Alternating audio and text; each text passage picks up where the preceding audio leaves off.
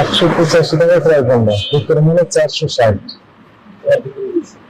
দ্বিগুণের বেশি, অর্ধেক না। ওয়ান মান কোনটা? ওয়ান মান 480 ক্রয় মূল্য, বিক্রয় মূল্য 750। এই দুটো আমরা দেখলাম। এটা কিনেছেন 180, বিক্রি হচ্ছে 460, অথচ ভ্যাট ট্যাক্স ফাঁকি দিয়ে, তাই না? ইম্পোর্টার নেই যেহেতু।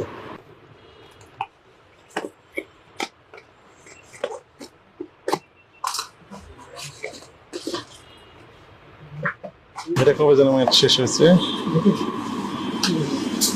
11-24 সালে ম্যাচ শেষ। মিষ্টি হয়ে গেছে, এটা ম্যাচ শেষ হয়েছে।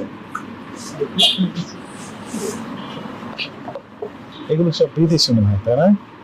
এগুলো বাইরে পড়ার এমআরপি আপনি লিখে দিয়েছেন কোন বেসিসে? কোথা থেকে কিনেছেন এগুলো?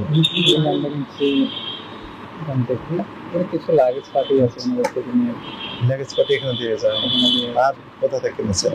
আমরা ডিসিস থেকে কিনি। ডিএনসিসি। ওরাও তো ফেক প্রোডাক্ট বিক্রি করে। চকবাজার থেকে কিছু নিয়ে আসেন? আমরা চকবাজার থেকে নিই। লাগেজ থেকে কিনি আর এখানে ডিসিস। লাগেজ মানে কি? বাইরে থেকে নিয়ে আসলো, ওনার থেকে নিলাম। ভাই ব্যবহারের জন্য কয়টা নিয়ে আসলে বলেন? বেশি নিয়ে আসলে না, কিন্তু প্রচুর পরিমাণে লেগেজ প্রোডাক্ট। যত কসমেটিক্স দোকানে যাই সবগুলো বলে লেগেজ প্রোডাক্ট। এত লেগেজ প্রোডাক্ট আসে কোথা থেকে? আর ভ্যাট ট্যাক্স ফাঁকি দিতে আসতেছে, তাই না? এগুলো তো অপরাধ। আপনি দাম রেখেছেন এটা 490 টাকা, কিনেছেন কত করে এটা? কিনে আছে সামথিং 350 থেকে 60। ক্যাশ মেমো আছে? কম্পিউটার দেওয়া আছে তো। কম্পিউটারে তো আপনি চার্ট লিখেছেন। ক্যাশ মেমো আছে। ক্যাশ মেমো আছে। লাখ মার্কস মানে এটা লাখ মার্কস মাস। এটা আমার 150 টাকা। হ্যাঁ, বিশেষ আপনি কত দাম ধরেছেন? 185 টাকা ক্রয় করলো, বিক্রয় মূল্য 460। দ্বিগুণের বেশি, অর্ধেক না, তাই না?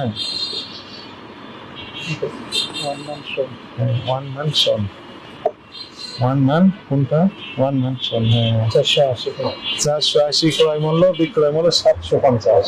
এই দুটো আমরা দেখলাম। এটা কিনেছেন 180, বিক্রি হচ্ছে 460, অনেক দ্বিগুণের বেশি লাভ করতেছে, অথচ ভ্যাট ট্যাক্স ফাঁকি দিয়ে, তাই না? ইম্পোর্টার নেই যেহেতু। কোথায় এটা? মৌলভীবাজার। তো বললেন তো মৌলভীবাজার থেকে নিয়ে আসেন না? তো মৌলভীবাজার তো চকবাজার, এটা চকবাজার যে লেখা আছে চকবাজার।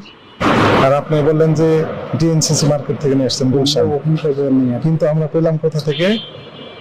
কোথা থেকে যেন? মৌলভীবাজার, চকবাজার, মৌলভীবাজার। হ্যাঁ, তো চকের মাল বিক্রি করছেন আপনি ভুল তথ্য দিয়ে, তার মানে আপনারও সমস্যা আছে মনে হচ্ছে। একটার তো ইমেল মানে কি বলে ইম্পোর্টার নেই। আপনি বুঝতে পারছেন অপরাধ হয়েছে। এগুলো আসলে নকল। ওনারা তো বলে আসা বলে তো প্রমাণক।